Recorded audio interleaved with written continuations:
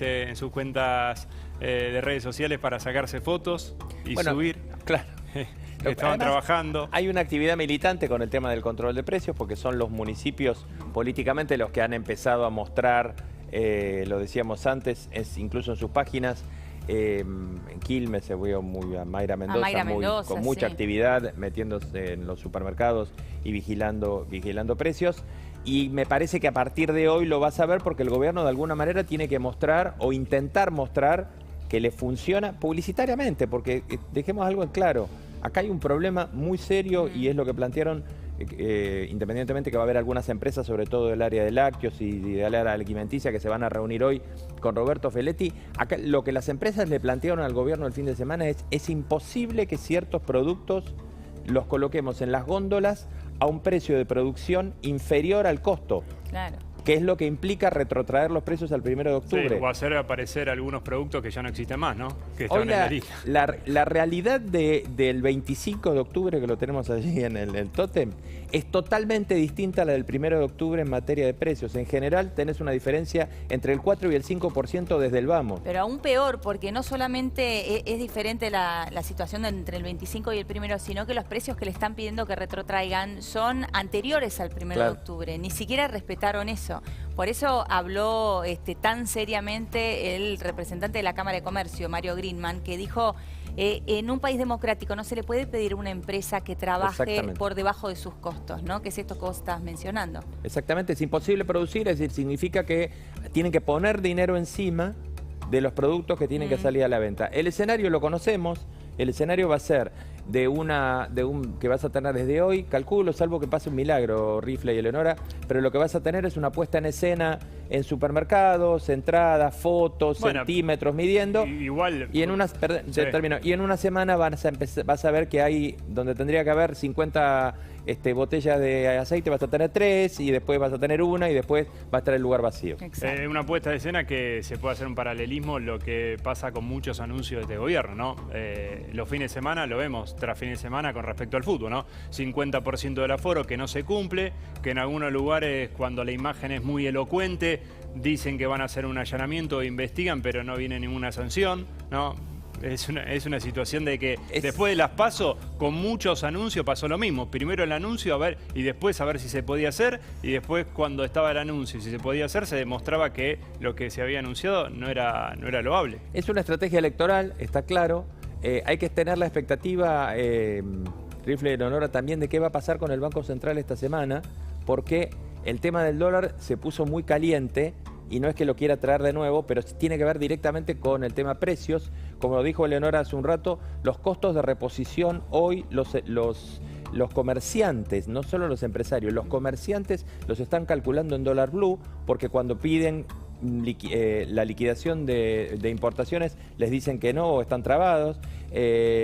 Todo el mercado está hoy mirando a un dólar que no es el oficial y estamos en una brecha que llegó prácticamente, en algunos casos está en el 97%, entonces es una brecha casi del 100%, es decir, es un alimento para la inflación de una dimensión importante y hay que seguir muy de cerca qué va a hacer el Banco Central esta semana. Se dicen que pueden haber nuevas medidas y hay expectativa con eso. Bueno, con respecto al Banco Central, ¿no? El director interino del Fondo Monetario Internacional, la parte de Occidente, volvió a dar declaraciones en la última semana, ¿no? Creo que fue jueves, ¿no? Que le hablaba a los presidentes, en realidad a los países del Caribe y de esta región, diciendo basta de emitir y que el Banco Central de esos países se ponga más duro. Pero cosa que acá, ese consejo o esas palabras no las escuchan. Hoy el gobierno no tiene muchas alternativas, pero lo que viene sucediendo al mismo tiempo, también esto hay que decirlo, es que el gobierno sigue emitiendo, pero el gobierno sigue ajustando. Porque vía inflación le sigue ajustando a los jubilados, le sigue ajustando.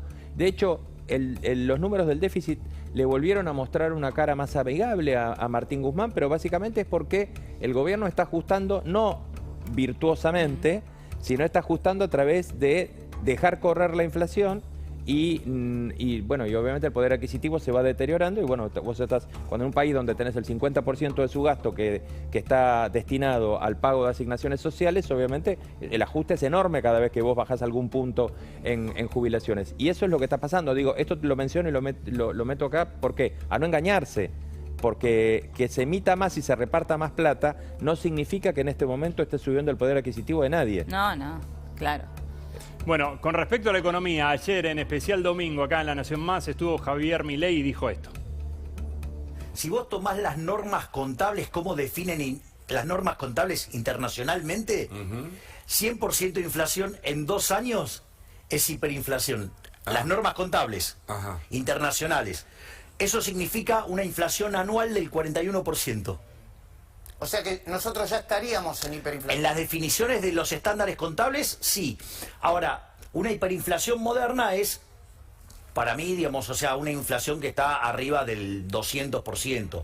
Y cuando nosotros estamos hablando de la inflación que está reprimida, es 950%. Es decir, entonces, el día que o no lo podés aguantar más porque te quedaste sin dólares y no le podés sacar dólares a nadie, o alternativamente no lo podés resistir socialmente por las consecuencias económicas que traen los controles sobre el mal funcionamiento del sistema, cuando vos tengas que liberar el mercado de cambios, cuando la demanda de dinero se te caiga, digamos, ahí tenés la hiper.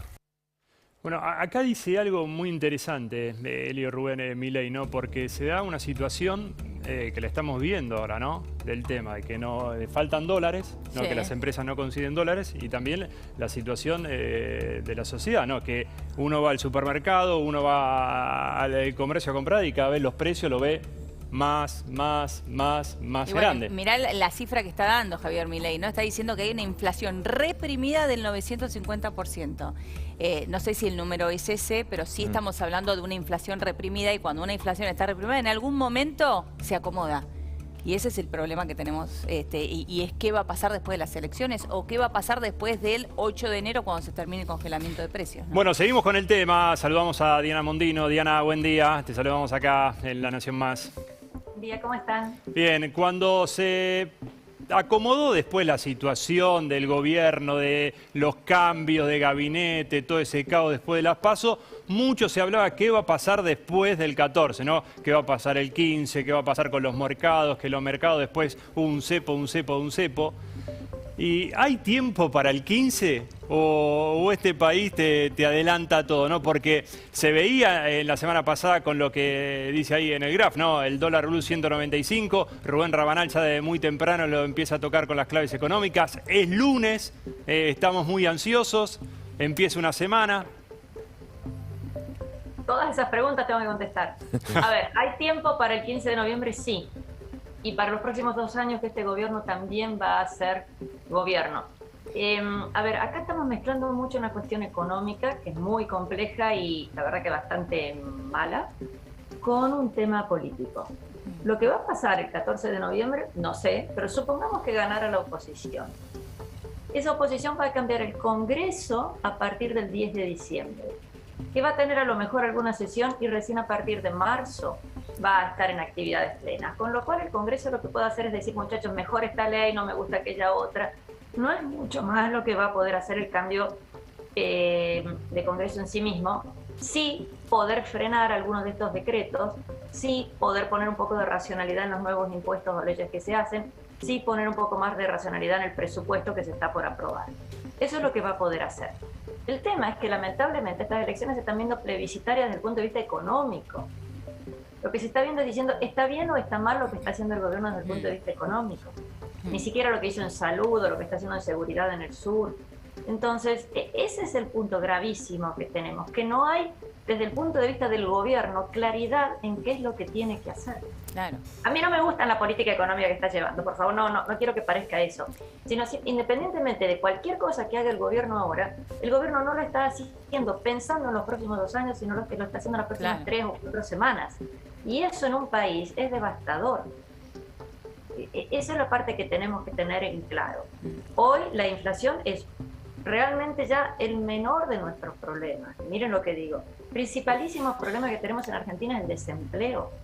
¿Cómo vas a lograr que la enorme cantidad de gente que hoy está sin trabajo, muchos de ellos que no están capacitados para trabajar, la cantidad de chicos que no tienen educación o que no han tenido una educación estos años y que cuando crezcan van a estar o con problemas de nutrición o con problemas de poder integrarse al mercado de trabajo. Ese es el problema que el gobierno Ahora, tiene. Diana, en línea con esto que vos estás diciendo, ¿no? El mayor problema que tenemos en Argentina es el desempleo y sobre todo mirando acá a un futuro cercano, por lo menos, ¿no? Si uno mira lo que está haciendo hoy el gobierno con el congelamiento de precios, pidiéndole a las empresas que produzcan por debajo de sus costos, o vemos el dólar cómo va subiendo y bueno, y lo que empieza a mirar el empresariado a la hora de reponer su mercadería.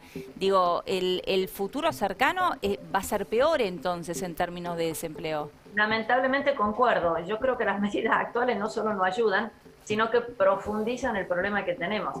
Si hoy una empresa estaba con dificultades para contratar gente, si no contrata gente porque no gana suficiente dinero, si ahora le decís gana menos, si ahora le decís tenés que vender de tal manera, tenés que hacer de tal cosa, bueno, menos posibilidades tiene esa empresa, no te digo ya de crecer, sino de mantener lo que tiene.